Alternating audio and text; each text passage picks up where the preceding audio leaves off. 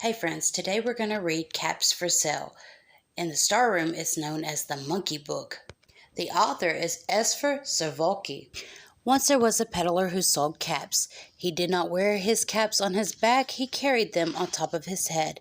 First he had his very own checkered cap, then a bunch of gray caps, then a bunch of brown caps, then a bunch of blue caps, and at the very top he had a bunch of red caps. He would walk up and down the street holding himself up straight as not to upset the caps.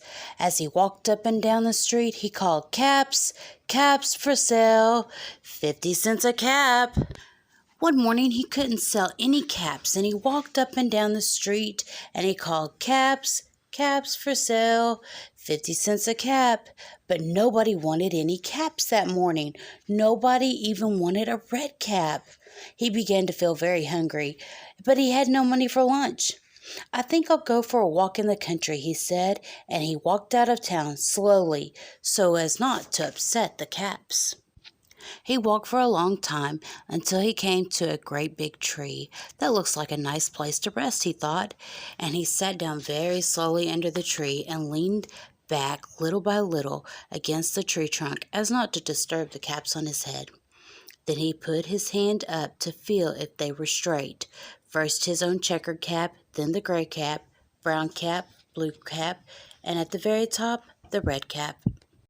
They were all there, and so he went to sleep, and he slept for a long time.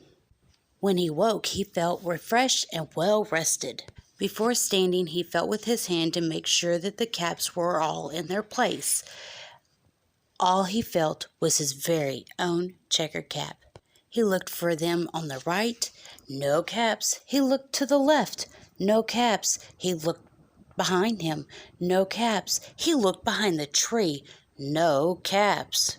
Then he looked up in the tree, and what do you think he saw? On every branch sat a monkey. On every monkey was a gray, brown, blue, or red cap. The peddler looked at the monkeys. The monkeys looked at the peddler. He didn't know what to do. Finally, he spoke to them. "You, monkeys, you," he said, shaking his finger at them. "Give me back my caps." But the monkeys only shook their fingers back at him and said, "Tis, tis, tis, tis." This made the peddler angry, and he shook both of his hands at them. "You monkeys, you give me back my caps." But the monkeys only shook their hands at the peddler and said, "Tis, tis, tis, tis." Now the peddler felt quite angry, and he stamped his foot. "You monkeys, you better give me back my caps."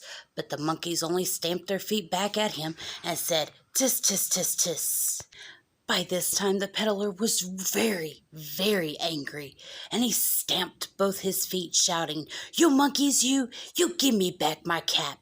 And the monkeys only stamped both their feet and said to him, "Tis, tis, tis, tis." At last he became so angry that he pulled off his very own cap and threw it on the ground and began to walk away. But then each of the monkeys pulled off its cap, and all the gray caps, all the brown caps, all the blue caps, all the red caps came flying down out of the tree. So the peddler began to pick up his caps, and then he put them back on his head. First his very own checkered cap, then the gray caps, then the brown caps, then the blue caps, then the very top was the red caps. And then he slowly walked back to town calling, "Caps, caps for sale, 50 cents a cap."